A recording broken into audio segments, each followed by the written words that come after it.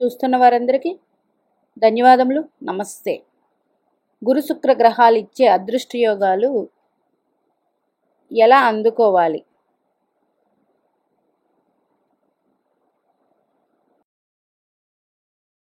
చాలా వీడియోలు చేసి పెడుతూ ఉన్నాను. మరి నచ్చినట్లయితే లైక్ చేయండి, షేర్ చేయండి, సబ్స్క్రైబ్ చేయండి. మరి ఇది గురుగ్రహం మనకి అందించే యోగాలు ఏముంటాయి? కుటుంబం, ధనం, జ్ఞానం, విద్య, ఇవన్నీ కూడా. భాగ్యం. శుక్రగ్రహం భోగాలు. భోగాలు మీన్స్ ప్రతి ఒక్కరితో మనం ఎలా స్నేహ భావంతో ఉంటాం, ప్రతి ఒక్కరూ మనతో ఎలా ఉంటారు, ఉన్న సంపదలు మనం ఎంతవరకు అనుభవిస్తూ ఉంటాం అన్నది శుక్రగ్రహం మీద ఆధారపడి ఉంటుంది మన జన్మజాతక చక్రంలో. అతి శుభత్వం గల గ్రహం గురుగ్రహం, తర్వాత శుక్రగ్రహం. మరి 12 లగ్నాలలో కొన్ని లగ్నాలకి వీళ్ళిద్దరూ శుభులు, కొన్ని లగ్నాలకి పాపులు అవుతారు. మరి శుభులు అయినప్పుడు ఆ దశ శుభత్వాన్ని ఇస్తుంది. పాపులైనప్పుడు ఆ దశ ఇబ్బందులు ఇస్తుంది.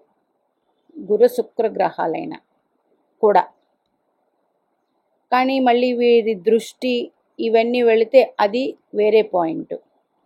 దశ అంతర్దశల్లోకి వెళ్తే వేరే పాయింట్.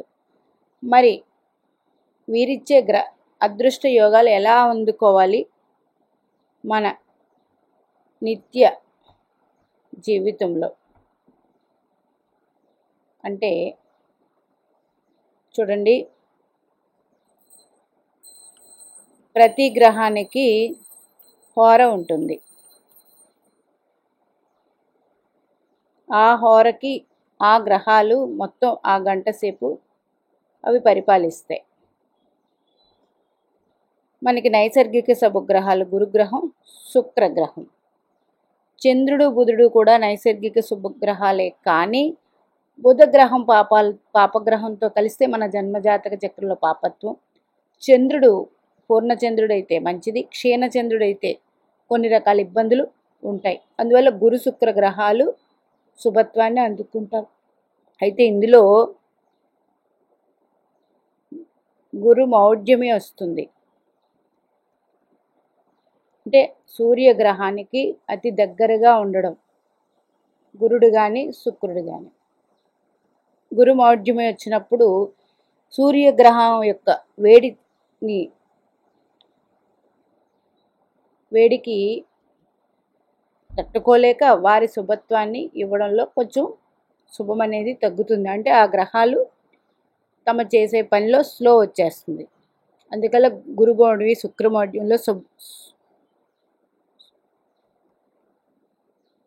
మనకి వివాహాలని శుభ కార్యక్రమాలు ఇంకా ఏ ఉన్నాయో చెయ్యరు, ముహూర్తాలు పెట్టరు. ఇంకా డైలీ ఎలాగండి చేసుకోవాలి అంటే, డైలీ అంటే ఇప్పుడు చెప్పిన విధంలో మనకి హోరాశాస్త్రంలో హోర ఉంటుంది. మీ జన్మజాతక చక్రంలో గురుడు శుభుడైనా పాపైనా, శుక్రుడు శుభుడైనా పాపైనా పక్కన పెట్టండి. అసలు గురు శుక్ర గ్రహాల నుంచి రోజు వాళ్ళు ఇచ్చే అదృష్ట యోగాలు ఎలా అందుకోవాలంటే, మనం చేసే ఏదైతే మీకు పిల్లల్ని కాలేజీలో స్కూల్లో జాయిన్ చేద్దాం అనుకుంటారు, ఒక బ్యాంక్లో అకౌంట్ ఓపెన్ చేద్దాం అనుకుంటారు, ఒక వివాహ మాటలకు వెళదాం అనుకుంటారు, ఇట్లాగా మీరు చేసే పని ఏ మంచి పని అయినా ఈ గురు శుక్ర హోరల్లో చేసుకోండి. చేసుకున్నట్లయితే 100% అవి శుభ ఫలితాలు మనకిస్తాయి. ఒక పదవిలో ఉన్న వ్యక్తికి, ఒక ప్రముఖమైన వ్యక్తికి మనం ఎలా అయితే గౌరవం ఇస్తామో, ఈ గ్రహాలకి మనం రోజు కానీ గౌరవం ఇవ్వగలిగితే మన జీవితం మారుతుంది. అంటే ఏంటండి, ఒక శుభాన్ని అందుకోవడానికి ఒక పూజ చేస్తారు, మీరు ఒక వ్రతం చేస్తారు, ఒక హోమం చేస్తారు, ఒక యజ్ఞం చేస్తారు. ఇవన్నీ మరి మనకి ఆ హోరలు ఉన్నప్పుడే మనకి ముహూర్తం పెడతారు, మన ఆచార్యులు ముహూర్తం పెడతారు. అట్లాగే ఈ గురు శుక్ర హోరలు రోజు మనకి డైలీ ఉంటాయి ఏదో ఒక టైంలో. అందులో మెయిన్ గురువారం రోజు గురుహోరతోనే పొద్దున్న సూర్యోదయం 5:30కి అయితే 5:30తో మొదలవుతుంది, సూర్యోదయం 6 అయితే 6:30 మొదలై ఒక గంట సేపు ఉంటుంది గురుహోర. మళ్ళీ మధ్యాహ్నం వస్తుంది, మళ్ళీ రాత్రి వస్తుంది. కానీ రాత్రి సమయంలో మనం ఎక్కువగా చేసేది ఏం చేస్తాం? శుభ కార్యక్రమాలు, వివాహం, గృహప్రవేశం. మిగతా చాలా కార్యక్రమాలు అవన్నీ ప్రొద్దున్నే అవుతాయి. ఆ హోర ఉన్నప్పుడు మీరు ఆ పని ప్రారంభించి వెళితే సరిపోతుంది. అట్లాగే శుక్రగ్రహము మనం ఎవరితోనైనా మాట్లాడడానికి వెళ్ళాలి, సౌమ్యంగా వాళ్ళని ఒప్పించాలి, వాళ్ళతో అనుకూలత బాగుండాలి. ఇవన్నీ శుక్రగ్రహం. సప్తమ కారకుడు ఈయనే జాతక చక్రంలో. సప్తమం అంటే లగ్నం మనమైతే మనకి ఎదురుగా ఉన్న భావం సప్తమం, మనకి ఎదురు సమాజం అది. అలాగే భార్య లెక్క భర్త స్థానం, ఇవన్నీ కూడా వస్తాయి. అట్లాగే శుక్రగ్రహం నుంచి ఏమందుకుంటాం? మనకుండే సంపదల్ని మనం అనుభవించాలంటే శుక్రుడు చాలా ఇంపార్టెంట్ అండి. ఒక పెద్ద గృహం ఉంటుంది, అందమైన భవనం ఉంటుంది, కానీ అందులో మనం నివసించలేం. అంటే వ్యాపార రీత్యో లేకపోతే ఫారెన్ వెళ్ళిపోవటం ఏదో ఒక రీత్యా అనుభవించలేం. అప్పుడు అది కూడా శుక్రగ్రహం పూర్తిగా అనుకూలం లేనట్లే. ఇట్లాగా ఉంటాయి.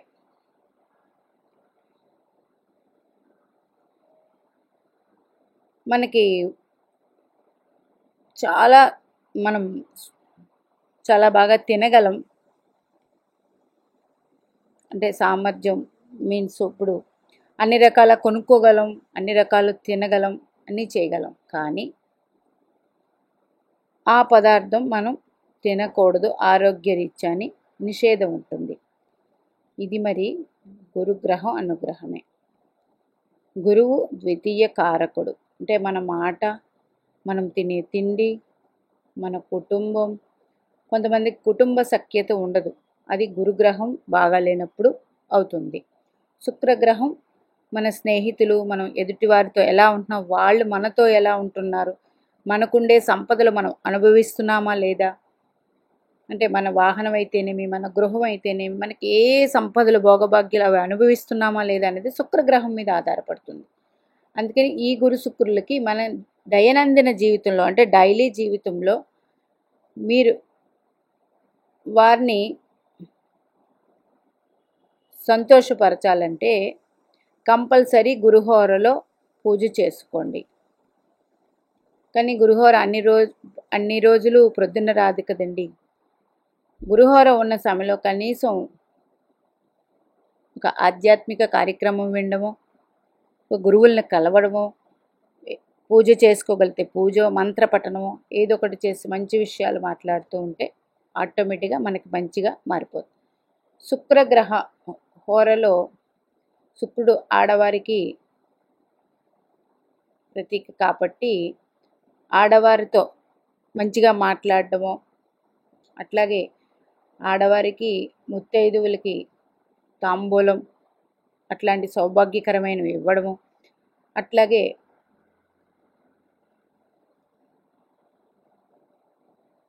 పూజ చేసుకోవడం, ఇవన్నీ చేస్తూ ఉంటే శుక్రగ్రహ అనుగ్రహం ఆటోమేటిక్గా పెరుగుతుందండి. అది ఎలా పెరుగుతుంది అంటే మనం ఒక మెడిసిన్ స్టార్ట్ చేసినప్పుడు ఒక వారం రోజులు రాస్తారు, అప్పుడే నయం అవుతుంది. ఇట్లాగే ఒకరోజు చేసామండి అవ్వలేదంటే కాదు, మీరు ఇది మొదలుపెట్టి మీ జీవితాంతం చేయండి. మీ కుటుంబంలో సౌఖ్యాలు, సుఖసౌఖ్యాలు, క్షేమంకరమైన పనులు ఇట్లాంటివన్నీ చాలా చాలా మారతాయి. మీకున్న సంపదలు మీరు అనుభవించగలరు, మీరు మీ ఎదుటి వారితో బాగా మాట్లాడగలరు, వాళ్ళు మీతో కూడా స్నేహపూర్వకంగా ఉండగలరు. అందుకని గురుహోర, శుక్రహోర ఈ హోరల్లో మీకు పంచాంగంలో చార్ట్ ఉంటుంది. ఆ చార్ట్ తీసుకుంటే మీకు పొద్దున్న 12 గంటలు, రాత్రి 12 గంటలు, ప్రొద్దున్న నుంచి 6 నుంచి మనకి సూర్యాస్తమయం వరకు తీసుకుంటే ప్రతిరోజు గురుహోర శుక్రహోర ఎప్పుడు వస్తుందో దాని మీద ఉంటుంది. ఆ చార్ట్ ప్రిపేర్ చేసుకుని మనకి రోజు కనిపించేటట్టు పెట్టుకుంటే ఆటోమేటిక్గా అది అలవాటు చేసుకుంటాం. గురు శుక్రహోరలో కనీసం అది మధ్యాహ్నం 1 గంట నుంచి 2 వచ్చింది. ఆ గురు శుక్రహోరలో ఒక మంత్రమట్టనం చేసుకోవడం, అలా చేసుకున్న గురు అనుగ్రహం శుక్ర అనుగ్రహం వల్ల ఆ భగవంతుడు ఆశీర్వాదాలు మనకి కలిగి మన జీవితం మారుతుంది. మీనాక్షీదేవి ఆశీస్సులు మనందరి మీద ఉండాలని కోరుకుంటూ నమస్తే.